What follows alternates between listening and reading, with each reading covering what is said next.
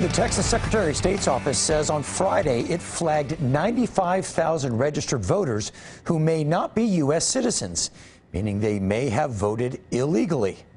Well, here to talk about this is GOP Communications Director Sam Pohl and Ed Espinoza from Progress, Texas. Ed, break this down for us. What do you think of this report from the state of Texas? Well, let's start off with what it actually said. It didn't say that people voted illegally. What it said was that people had filed paperwork with Department of Public Safety over the course of 22 years, and during that time, some of those people eventually voted. What the data did not do was account for people who may have been naturalized in that time. Texas naturalizes about 50,000 people a year. Over that period, that comes out to about 10 people per county. Obviously, counties naturalize way more than that in the course of a year. So the problem here is that Department of Public Safety could very well be using dated information, but we don't know because they're not showing their work. And unless they can tell us how they got this data, there's no way to know that it's reliable. And in fact, the Secretary of State even said these are weak matches. This is very difficult to buy this story right now. Ed Espinoza, highly skeptical. Sam Pohl, are you just as skeptical about this? No, of course not. I mean, for years Republicans have been talking about voter fraud, and this is a very good case of that.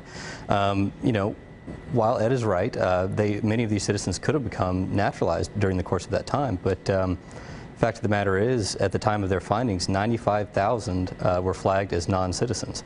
So, I mean, there's a good chance that of that 58,000 that voted, many were not citizens. Ed, how is it that people get registered to vote when they're not citizens? Well, we have an antiquated voter registration system here. We're one of only 11 states in America that don't have online voter registration. So if somebody is going to register, there's no way to verify that there. If you have online voter registration that matches things like a driver's license record, you wouldn't have this problem.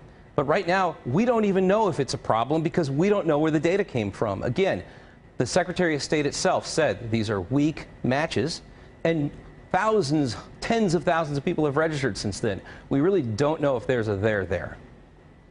Sam, when will we know if there is a there with this report from the Secretary of State? You know, as I understand it, the Secretary of State's passing out all of this information to each and every county so that they can check their own voter rolls. So I don't know exactly what the timetable is on that, but I'm hoping we'll be able to find out pretty soon and be able to validate the Secretary of State's findings.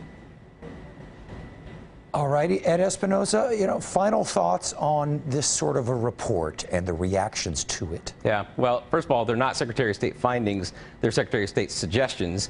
And I think that it's suspect that it's coming up during the legislative session when more voter ID and voter suppression type of laws are being proposed.